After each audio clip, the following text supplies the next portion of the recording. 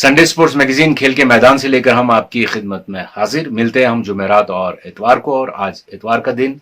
आज सबसे पहले बात उस T20 की जो हमने परसों देखा, यानी जुमे को। आज भी एक T20 इंग्लैंड और भारत के दरमियान जारी है इस वक्त, लेकिन उसकी बात हम इस वक्त नहीं करेंगे। बात करेंगे जो हमने परसों मैच देखा। आपने कहा था कि जो टीमें हैं वो इवनली मैच्ड हैं। क्या इस पहले मैच को देखकर वैसा ही लगा? रशीद, आप सही कह रहे हैं। मैंने कहा था इंडिया हैज एन एज, मगर मैंने कहा था कांटे का मुकाबला है, टीमें इवनली कंटेस्टेड हैं और मॉर्गन की कैप्टनशिप बहुत अच्छी है। जो इंडिया का एज था हमने भी समझा, इंडियन टीम खेल रही है। इंग्लैंड के प्लेयर, मैक्सिमम प्लेयर रेस्ट से आए हैं, वो नहीं खेल रहे थे, लेकिन शायद रेस्ट उनके लिए बेहतर साबित हुआ और हमने नतीजा देखा है, अब हमारे सामने है मैच का। इंडियन टीम को क्या हुआ, पहले अगर इसी की बात हम करें, टीम सिलेक्शन एब्सर्ड सा है इंडियन टीम का। 3 स्पिनर लेके उतरते हैं मैदान में ये सोच के कि टेस्ट मैच में जैसी बैटिंग हुई थी या बॉलिंग हुई थी वैसा ही इंग्लैंड खेलेगा और विकेट वैसा ही बिहेव करेंगे। ये T20 है, इसमें स्क्वायर टर्नर नहीं मिलेगा और इसमें बैट्समैन रिस्क लेगा। बैट्समैन पाँव इस्तेमाल करेगा, आगे पीछे जाएगा, विड्थ क्रीज की इस्तेमाल करेगा बॉलर को अनसेटल करने के लिए। इसलिए एक भी स्पिनर काम की बॉलिंग नहीं कर सका जो इंडिया ने खिलाए थे, पहली बात। और रोहित शर्मा को पहले मैच में बाहर रखना, रेस्ट देना, जो वाहिद टॉप ऑर्डर बैट्समैन हैं जो इस टेस्ट सीरीज में चले थे इंग्लैंड के खिलाफ, यह कोई सेंस नहीं बनती है कि वो मैच ना खेलें, वो शिखर धवन खेलें। या फिर जो इंडिया ने बाकी लाइनअप खिलाई, अगर हार्दिक पांड्या खेलते हैं एज बैट्समैन, उन्हें ऑस्ट्रेलिया में बहुत अच्छी बैटिंग की थी एज बैट्समैन, लेकिन एक बॉलर शॉट पड़ जाता है, फिर वो एज ऑलराउंडर नहीं खेलते हैं। फिर सूर्य कुमार यादव भी एक बेहतर चॉइस है एज बैट्समैन टीम में खेलने के लिए। अगर वॉशिंगटन सुंदर खेलते हैं कि जब, या अक्षर पटेल खेलते हैं कि जब बॉलिंग कर सकते हैं हार्दिक पांड्या, तो वो लग्जरी है उनका खेलना, और इसीलिए इंडियन टीम बिल्कुल नहीं खेल पाई। और क्रेडिट इंग्लैंड को देंगे कि आदिल रशीद से बॉलिंग ओपन कराई मॉर्गन ने, पहली बात, और ऑल आउट कहा अपने बॉलर्स को जाओ, दूसरी बात, ये उनके फेवर में गया। इंग्लैंड ने देखिए क्या कमाल का खेला। हम सोच भी नहीं सकते थे कि इंग्लैंड की टीम पहला T20 जीतेगी। अब कहते इंग्लैंड ने कमाल का खेला रशीद, और इंग्लैंड मैच जीत गया, और जो नतीजा है वो कमाल का ही है। 8 wicket win, almost 5 overs to spare, ये कमाल का नतीजा है, इसमें कोई दो राय नहीं है। बहुत जबरदस्त डोमिनेट किया इंग्लैंड ने पूरे मैच को। पहले से ही जो स्टार्ट में आर्चर ने विकेट लिया, फिर आदिल रशीद ने लिया, और उसके बाद जिस पेस पे वुड ने बॉलिंग की, वुड ने विकेट नहीं लिए, खास 1 विकेट लिया, लेकिन जो उनको रन पड़े उसमें से तो 3 तो ऐसे चौके हैं। पहली बॉल उनकी 148 किलोमीटर थी, उसके बाद 150, 152, और यही शख्स बाहर बैठा रहा टेस्ट सीरीज में, तो वो पेस नहीं हैंडल कर पाए। Definitely batsman they were hustled by his pace, और उसके साथ साथ फिर बाकी बॉलर्स ने जो कंट्रीब्यूट किया, और जैसे शफल किए बॉलर्स मॉर्गन ने कि आदिल रशीद को फिर से नहीं लाए, 3 ओवर में बहुत कम रन दिए, विकेट भी ले गए, लेकिन सोचा एंड पे शायद रिस्क लेके उन पे रन बन सकते हैं। करन देखा नहीं चल रहे तो उनको 2 ही ओवर दिए। तो ऐसे बहुत ज़बरदस्त बॉलिंग चेंजेस की मॉर्गन ने, और फील्डिंग भी उन्हें बराबर इंडियन बैट्समैन को सोच के रखी थी, और बॉलर्स ने स्टोक्स के बगैर तकरीबन उसी पे बॉलिंग की। अब स्टोक्स का ये इशू है कि वो, उनका टेम्परामेंट लिमिटेड ओवर्स में अगर एक आध चौका पड़ जाए तो बड़ा कमज़ोर है। वो हमने पास्ट में भी देखा है और वो कंटिन्यू कर रहे हैं। इसलिए हर बार जब ये खेलते हैं तो हर बार वो 4 ओवर या वनडे में 10 ओवर नहीं उनसे कराए जाते हैं, लेकिन वैल्यूएबल कंट्रीब्यूशन होता है उनका टीम में, फील्डिंग में, बॉलिंग में, आज विकेट भी जहाँ, और बैटिंग में तो है ही स्टोक्स। तो ओवरऑल इंग्लैंड की 100% डोमिनेशन, इसमें कोई दो राय नहीं है। कमाल की विक्ट्री है पहले मैच में, ये सस्टेन होगी कि नहीं हम नहीं जानते, लेकिन ये जो विक्ट्री है ये डिमोरलाइजिंग है इंडियन टीम के लिए। वो जो मैंने टेस्ट सीरीज के बाद कहा था, India has lot to think, top order फिर फेल, कोहली 0, बाकी बैट्समैन रन नहीं बना रहे, वो किस्सा जारी है, पहले मैच में वही जारी रहा, और जो रन बना रहा था वो बाहर बैठा रोहित शर्मा। पंत ने कोशिश की, कुछ अच्छे शॉट खेले, मगर too much adventurism also doesn't succeed all the time, क्योंकि T20 में प्लेयर बाहर ही होते हैं ना कैच पकड़ने के लिए, टेस्ट में नजदीक होते हैं तो गैप मिलते हैं आपको। अब देखिए बॉलर्स ने मैच जिता, जो बात मैंने की, इसके बाद आप फिर कह रहे हैं बॉलर्स ने मैच जिता दिया। सही में बॉलर्स ने मैच जिता दिया इंग्लैंड को, इसलिए बॉलर्स ने मैच जिताया कि स्कोर क्या है, 130 से कम का स्कोर है, तो स्कोर तो कुछ नहीं है। तो क्रेडिट टू बॉलर्स जिनने अपनी गिरफ्त से इंडिया को 1 मिनट नहीं निकलने दिया, और उसमें मॉर्गन का हाथ भी है, उनकी फील्ड प्लेसिंग का और बॉलर्स के कंट्रोल का, जॉर्डन की बॉलिंग का, बाकियों के साथ जिनके मैंने नाम लिए। तो और अभी मोइन अली बाहर बैठे हैं इन विंग्स, और कुछ भी हो सकता है अगले मैचेस में, मगर ये है कि सही में इंग्लैंड को बॉलर्स ने मैच जिता दिया। लेकिन श्रेयस अय्यर की दाद देनी होगी, सिंगल हैंडेडली उन्होंने इंडिया को जिस स्कोर तक पहुंचाया, तकरीबन 50% से ज़्यादा स्कोर उन्होंने किया और अच्छा खेला। इंडिया को रीथिंक करनी होगी अपनी स्ट्रेटेजी कि कौन से बॉलर खेलेंगे और बैटिंग में क्या प्लानिंग होगी। ये सोच के कि हम स्पिनर लेके आ रहे हैं, अक्षर पटेल सीधी बॉलिंग करते, टेस्ट में विकेट ले गए उन विकेटों पे कि ये विकेट लेंगे आगे। और चहल के लिए तो देखा आपने, वो चहल के साथ सीधा एग्रेसिव थे क्योंकि वो विकेट टेकिंग बॉलर है। और कुलदीप यादव को तो बाहर ही कर दिया गया टीम से, वो अगले मैच में नहीं हो सकते, या हो भी सकते, बाहर से भी ले आते हैं लोगों को। तो भुवनेश्वर बहुत देर बाद आए थे, तो इंग्लैंड वेरी गुड स्टार्ट। देखिए इस वक्त दूसरा, जैसे आपने कहा T20 जारी है, उसकी बात अगले प्रोग्राम में करेंगे। पहला T20, all credit to Morgan and his teammates.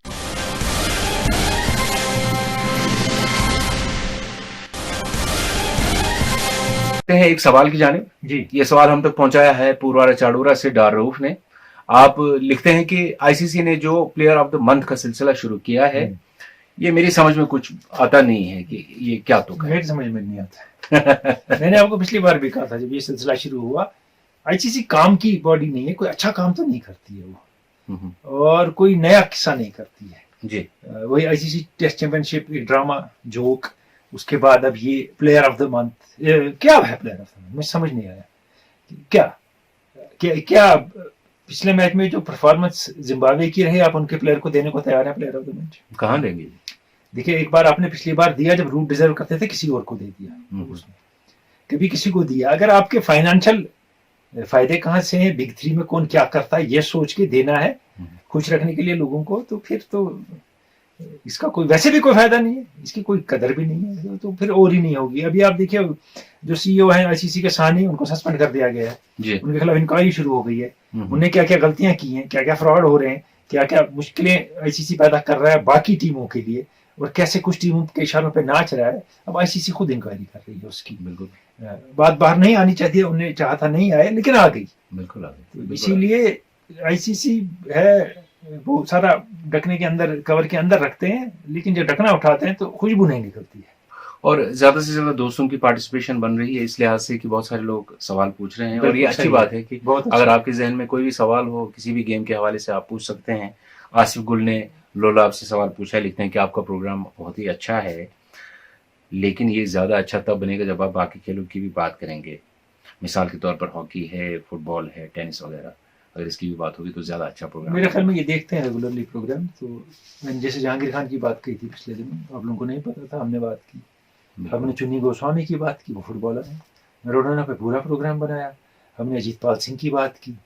अभी आज के प्रोग्राम में एक लोकल खिलाड़ी पे होगी जो बास्केटबॉल प्लेयर है। तो ऐसी बात नहीं है, नहीं करते हैं उनकी बात।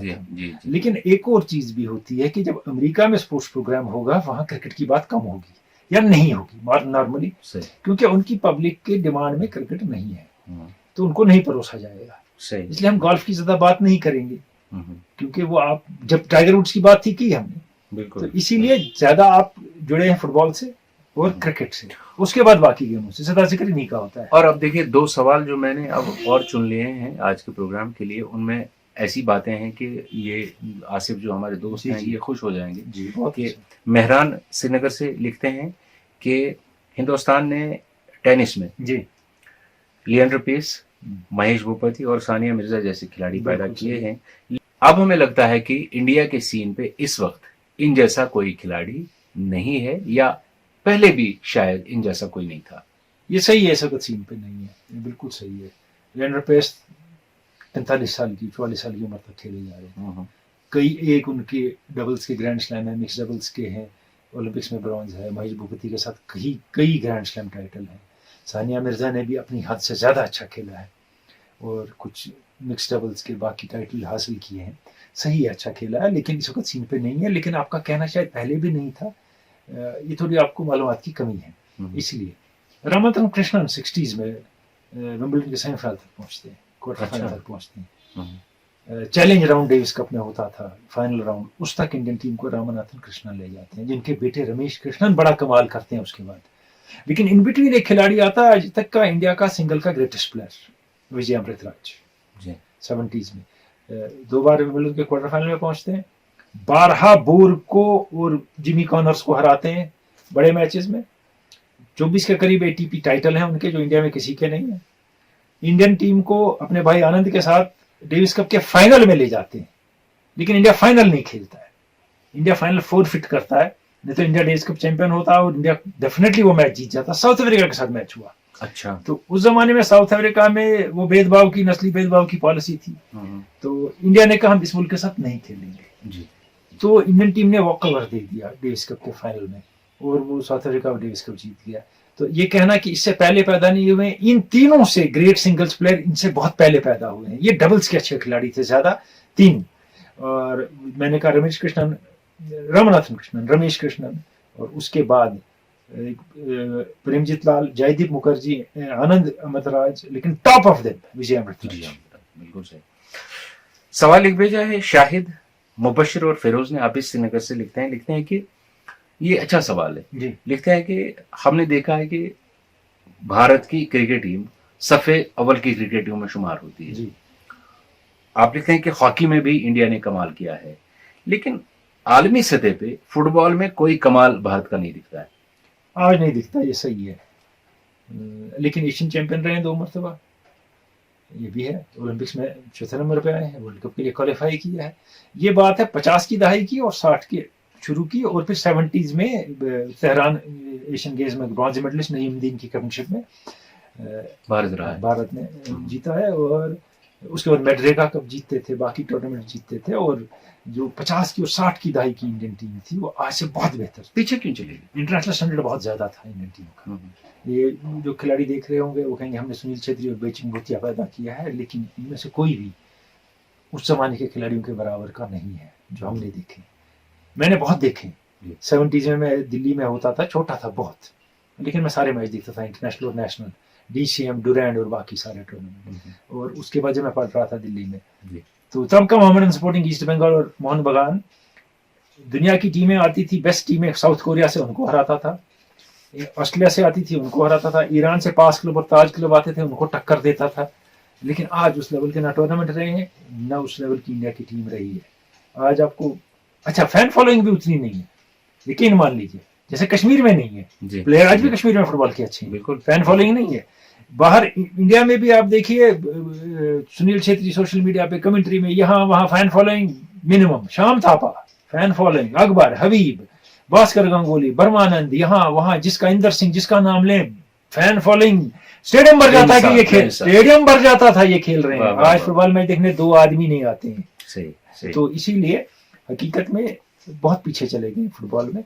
और जहां तक सपोर्ट सिस्टम बढ़ गया है, पैसा बढ़ गया है, फुटबॉल में प्रोफेशनलिज्म बढ़ गया है, quality of game has come down. अच्छा, ये बात है। और यहाँ से सवाल एक भेजा है GM कुमार ने, आप लिखते हैं कि आपने पोलार्ड के 6 छक्कों की बात की, अच्छा है, लेकिन आपने उसी बॉलर ने हैट्रिक भी ली है, उसका जिक्र नहीं किया, जिक्र करना चाहिए था आपको। देखिए T20 में दूसरी बार 6 छक्के ओवर में पड़े है ना, जी हैट्रिक कितनी ली है वनडे और T20 में लोगों ने? बहुत सारी, खासी।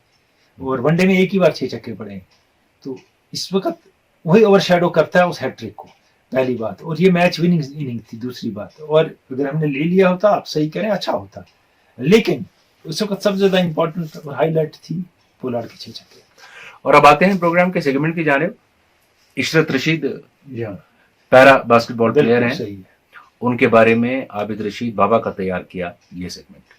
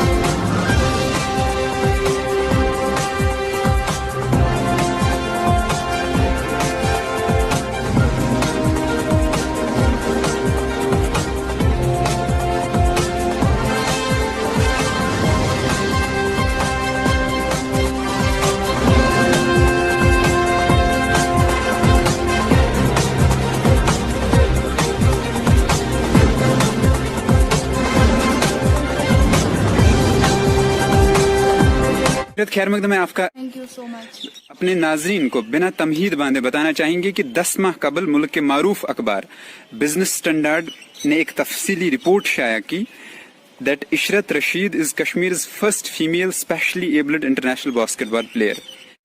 बारामुल्ला से ये सफर आराम से तय नहीं हुआ, इसमें कई मसाइब व आलाम बर्दाश्त करने पड़े आपको, क्या? बहुत ज़्यादा।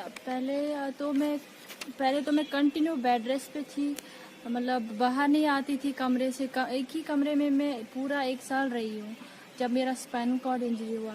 और मेरा स्पाइनल कॉर्ड 2016 में हुआ, जो कश्मीर में हालात ख़राब थे, तो मैं अचानक से हमारे घर पे रेड पड़ी आर्मी की। कुछ लड़के आ गए थे छुपने के लिए हमारे घर में, तो उनके मतलब आगे आगे मैं ऊपर भाग गई, तो मेरे पीछे आर्मी पुलिस ये सब, मुझे पता नहीं था ये मेरे पीछे आ रहे हैं, मतलब वो लड़कों को पकड़ने आ रहे थे, मैं समझी मेरे पीछे आ रहे हैं। तो फिर वो ऊपर आ गए, मैं डर की वजह से मैंने दूसरे फ्लोर से छलांग नीचे मारी, जिस वजह से मेरा स्पाइनल कॉर्ड इंजरी हुआ। फिर 1 साल में रिहैबिलिटेशन करती थी बेमना वॉलंटरी मेडिकेयर सोसाइटी में, और वहाँ से ही मैंने बास्केटबॉल ज्वाइन किया। वहाँ पे कुछ लड़के आए थे, उनसे मैंने पूछा कि आप लोग क्या करते हैं। उन्होंने जब मेरे सामने वो खेल रहे थे, मैं हैरान रह गई, नहीं हम जैसे लोगों के लिए भी कोई गेम होती है। तो मैंने उनसे पूछा क्या मैं आप लोगों से ज्वाइन कर सकती हूँ, मैं खेल सकती हूँ? तो उन्होंने बोला हाँ। फिर उसके कुछ दिन बाद ही श्रीनगर में एक कैंप हो रहा था, मैं भी उस कैंप में चली गई, उसी कैंप से मेरा सिलेक्शन हुआ। फिर मैंने नेशनल खेला, तब हमारी JNK की गर्ल्स टीम नहीं थी, तब मैंने मतलब दिल्ली को रिप्रेजेंट किया था। और तब हम 2 ही लड़कियां जम्मू कश्मीर की थी और 10 बॉयज़ थे। तो मैं अकेली लड़की, एक मतलब स्पाइनल कॉर्ड इंजरी होने के बाद भी मैं बाइक पे प्रैक्टिस करने जाती थी श्रीनगर। तो मुझे गाड़ी अरेंज नहीं होती थी, मैं बाइक पे चली जाती थी अपने जीजू के साथ। तो उसके बाद मैंने दूसरा नेशनल भी खेला, जो मैंने सोचा नहीं था मैं दूसरा नेशनल भी खेलूंगी। फिर तब हम जम्मू कश्मीर की टीम को लेके गए थे, वो हमने मोहाली में खेला था। और वहाँ से वापस आने के बाद मतलब एकदम से मेरी ज़िंदगी बदल गई, मैंने कभी भी सोचा नहीं था मैं इंटरनेशनल खेलूंगी। इशरत, नवंबर 2019 में इंटरनेशनल व्हीलचेयर बास्केटबॉल टूर्नामेंट में आपकी शमूलियत यकीनी बनाई गई, जब यहाँ मवासलाती निज़ाम ठप था। आपको कैसे पता चला और आपकी सिलेक्शन हुई? फिर आप चेन्नई गई और बैंकॉक गई, हमारे नाज़रीन को बताएं इस सफर के बारे में। बिल्कुल, मैं एक दिन अकेले घर में थी, तो अचानक से पुलिस। ये कब की बात कर रही हैं? 2019 में हुआ ये। तो अचानक से हमारे घर में पुलिस आई सितंबर में, तो उन्होंने मुझे बताया कि तुम्हारा सिलेक्शन हुआ है इंडिया टीम में, तुम्हें चेन्नई जाना होगा, तुम्हारा कैंप हो रहा है वहाँ पे। तो मैंने मतलब कभी सोचा नहीं था मेरा इंडिया टीम में सिलेक्शन होगा। वो मुझे 52 RR की वजह से मुझे पता चला मेरा सिलेक्शन हुआ है। हमारे जो कोच है इंडिया टीम के head coach captain Louis George, उन्होंने अपने फ्रेंड को बोला, उनके फ्रेंड आर्मी में है, रिटायर्ड कर्नल है, कर्नल आइजनओवर सर, जिनकी वजह से मैं आज इंडिया टीम में हूँ और मैंने इंडिया को उन्हीं की वजह से रिप्रेजेंट किया है। उन्होंने अपने फ्रेंड को बोला कि हमारी कश्मीर की प्लेयर नहीं आ रही है, तो उन्होंने एक फ़ोटो लिया उनसे, मेरा फ़ोटो। तो कश्मीर में डिस्ट्रिक्ट बारामूला में मुझे ढूंढा, 52 RR के साथ कांटेक्ट किया, क्योंकि वो कैंप हमारे घर के पास पड़ता है। तो वो लोग हमारे घर आए 52 RR से, तो उन्होंने बताया कि तुम्हारा सिलेक्शन हुआ है। उन्होंने पूरा इंडिया मतलब इंतज़ाम किया था जाने का। और जैसे ही मैं मैंने जाने से मना किया था कि मैं नहीं जाऊंगी, कि मतलब इतनी हालात ख़राब है, फ़ोन भी बंद है, मैं घर वालों से कैसे बात करूंगी।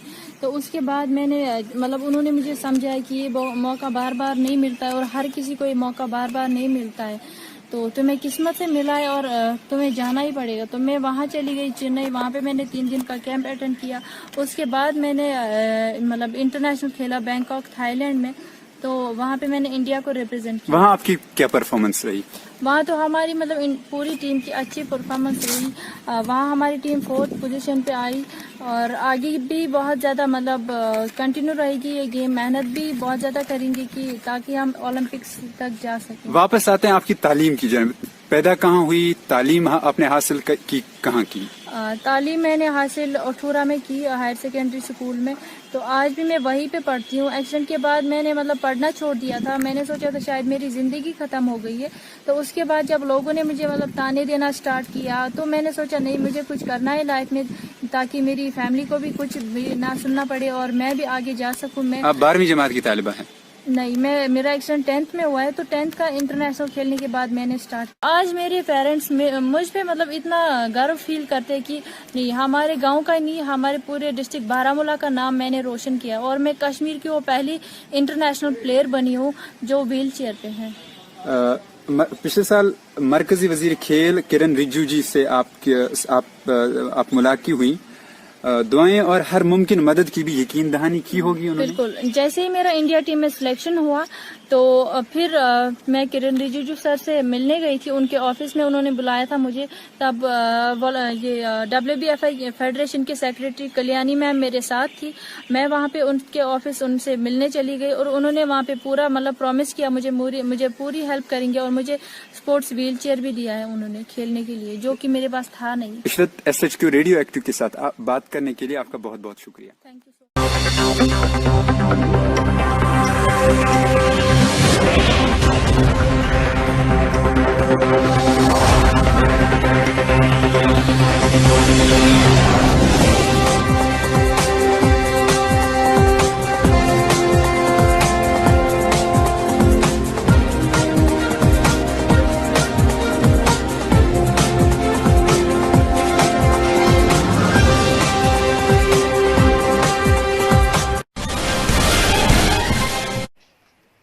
इशरत रशीद बास्केटबॉल में कमाल किया है। जो आजकल फिर खबरों में है, ये इनसे हमने पहले भी बात की थी, और अच्छी खिलाड़ी हैं, ये अच्छी बात है। इनको बहुत एफर्ट लगाना पड़ता है ऐसे खिलाड़ियों को, और इनकी दाद देनी चाहिए हमें, बिल्कुल सही। क्योंकि बहुत मेहनत है। वैसे ही खेल में मेहनत है, स्पोर्ट्स एक बड़ा टफ प्रोफेशन है, लेकिन उसके बावजूद हिम्मत नहीं हारना और अपने आप को साबित करना, उसके लिए इनको सराहना जरूर है। बिल्कुल सही, बिल्कुल सही। तो आते हैं अब आज के क्विज की जानिब। जी हमने एक कोट दिखाया था। हाँ जी, हमने किसी न किसी के बारे में कहा था, ये कहा था, आप देखिए। तो आपने देखा? जी बिल्कुल देखा, और बहुत सारे दोस्तों ने बहुत सही जवाब दिए हैं आपने, और इसका ताल्लुक पटौड़ी से ही था। बिल्कुल बिल्कुल। और पटौड़ी प्रसन्ना को बॉलिंग समझा रहे हैं कि मैंने फील्ड प्लेसिंग ऐसे क्यों रखी है, और ये वही बात है। और अगर आप ये पूरी कहीं जाके कहानी पढ़ेंगे प्रसन्ना क्या कह रहे हैं, तो आप दंग रह जाएंगे। आपके जैसे मेरे उड़ गए, होश उड़ जाएंगे कि आपके ये जो सो कॉल्ड ग्रेट कैप्टन हमने देखे ना पिछले 40 साल में, ये 10% टाइगर पटौड़ी के नहीं है। उनका एनालिसिस, और वो इनको साइंस क्या समझाते हैं, विंड कंडीशन बॉल को कहाँ ले जाएगी, वो कितना ड्रॉप होगा, वो किस एंगल पे आ सकती है, कहाँ फील्डर चाहिए, क्या है, इतना एनालिसिस है। इसमें इमरान खान की एक बात याद आती है, मैं आपको बताऊं क्यों, लोग कहेंगे फिर ज्यादा बोल रहे हैं। नहीं बोले बोले। इमरान खान कहते हैं कि जब इंसान मुश्किल में आता है गेम ऑफ क्रिकेट में, ये उनका तजिया है। और अगर आपके पीछे यूनिवर्सिटी की तालीम है तो आप अपने एनालाइज करते हैं अपनी मुश्किल को, और आप इससे बाहर निकल आते हैं। अगर आपके पास नहीं है, मैं नहीं कहता हूं आप कमतर हैं, लेकिन आपके पास पावर ऑफ एनालिसिस कम हो जाता है। वो जहीर अब्बास का एक किस्सा सुनाते हैं। टीम आई 80-81 में इंडिया, पाकिस्तान ने इनको बुरी तरह पीटा था, पाकिस्तान ने मुश्ताक मोहम्मद की टीम जी, और पाकिस्तान का एज यूजुअल मुश्ताक मोहम्मद को टीम से निकाल दिया। तो यहाँ आया आसिफ इकबाल की कैप्टनशिप में, तो वो जो रन मशीन थी पाकिस्तान में, यहाँ वो फेल हो गया। एक टेस्ट में, 2 टेस्ट में। तो मैंने कहा, ये मेरे रूममेट थे, तो मैंने रात को इनको देखा कि ये शीशे के सामने ऐनक देख रहे हैं। मैंने कहा क्या हो गया आपको, सीनियर थे थोड़े बहुत इमरान से क्रिकेट में, तो कहा मेरा शायद ऐनक का नंबर बदल गया, कल टेस्ट कराएंगे। तो कहा गए, टेस्ट कराया तो ऐनक का नंबर बदला नहीं था। तो उसके बाद फिर फेल हो गए, तो अगले टेस्ट में अपने को ड्रॉप करा दिया। कहा मुझे पता चल गया प्रॉब्लम क्या है, काला जादू किया तुम पे और मुझ पे इसलिए हम फेल हो रहे हैं। ये ऐसी बात नहीं है, extremely intelligent cricketer Zaheer Abbas थे, ऐसी बात नहीं है, इसमें कोई ऐसी नहीं कि उनमें कोई कमी थी। लेकिन इंसान कभी फंस जाता है और फिर गलत डायरेक्शन में चला जाता है। वो कहते हैं, इमरान का यही मानना है, जो पटौड़ी के पीछे थी, अच्छा जबरदस्त तालीम और education, which allows you to analyze things in a different way, where you succeed, others don't. बहुत जबरदस्त बात। और जिन 10 दोस्तों ने सबसे पहले जवाब दिया और सही जवाब दिया, उनके नाम में पढ़ूंगा। आप हैं वाजिद गुलजार पांडीपुरा से, डॉक्टर शेख फिरदौस नौगाम से, डार रूफ पूर्वारा चाडोरा से, शबीर अहमद ऋषि लतपुरा पुलवामा से, आबिद शफी मालमनपुरा सोपोर से, शबीर अहमद भट्ट शोपोरा से, शौकत अली, आपने जगह का नाम नहीं लिखा है, मलिक जहरा सनोबर पटन बारामुल्ला से, मलिक सरफराज सोनियम पटन से और जावेद इकबाल मीर सिकंदरपुरा बीरवा से। और जो लॉर्ड्स के जरिए सलीम के एंटरप्राइजेस गिफ्ट के विनर बने हैं आप हैं डॉक्टर शेख फिरदौस नवगाम। बहुत बहुत मुबारक डॉक्टर साहब आपको, और पहले भी आप एक बार जीत चुके हैं और आपने अच्छा एक्सप्लेनेशन भी दिया है अपने जवाब में, बहुत बहुत शुक्रिया। और अब आज का सवाल, ये तस्वीर देखिए और ये बताइए कि इस तस्वीर में बॉल किस पोजीशन पे? स्पॉट द बॉल, ABCD, यही आज का सवाल है, स्पॉट द बॉल। यानी आप देख लीजिएगा ये तस्वीर और बताइए बॉल कहाँ है, ABCD। सही जवाब देने वालों को सलीम के एंटरप्राइजेस की जानिब से इनाम मिलेगा अगर आप लॉर्ड्स के जरिए नाम निकला आपका। तो इस वक्त चाहेंगे इजाजत, मुलाकात होगी अब थर्सडे को आने वाले। खुदा हाफिज।